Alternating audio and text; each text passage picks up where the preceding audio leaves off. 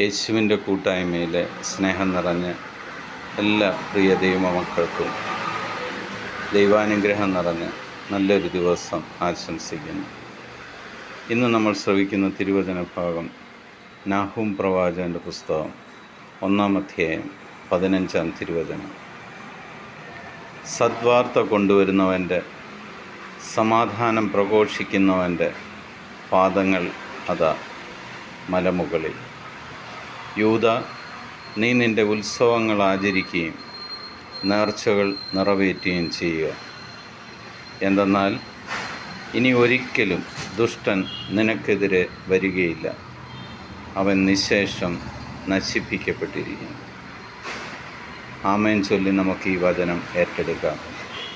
നമുക്കെതിരെ തിന്മയുടെ ഒരു ദുഷ്ടശക്തിയും നമുക്കെതിരെ വരികയില്ല എന്ന് ദൈവം നമ്മൾക്ക് വാഗ്ദാനം നൽകിയിരിക്കുന്നു. നമുക്കെതിരെ ആരെല്ലാം തിന്മകളായിട്ട് പ്രവർത്തിക്കുന്നു, എത്ര വലിയ ശത്രുവാണേലും അവൻ നിശേഷം നശിപ്പിക്കപ്പെട്ടിരിക്കുന്നതിനെ ഓർത്ത് ദൈവത്തിന് നന്ദി പറയാം. ആ ദൈവത്തെ നമുക്ക് ആരാധിക്കുകയും സ്തുതിക്കുകയും ചെയ്യാം.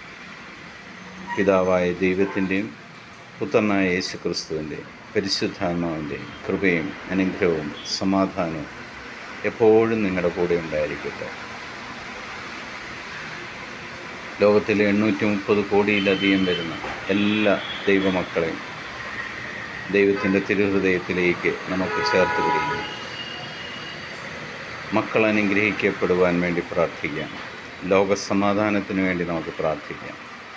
എൻ്റെ കർത്താവും രക്ഷകനും നാഥനും ജീവനുള്ള ദൈവവുമായ സ്നേഹനിധിയായ സ്നേഹസമ്പന്നനായ സർവശക്തനായ സർവാധിപനായ ദൈവത്തിൻ്റെ കർത്താവായ യേശു ക്രിസ്തുവിൻ്റെ സമാധാനം സന്തോഷത്തോടുകൂടി നിങ്ങൾക്ക് ഞാൻ പങ്കുവയ്ക്കുന്നു. ഈശോ മിശിഹായ്ക്ക് സ്തുതിയായിരിക്കട്ടെ.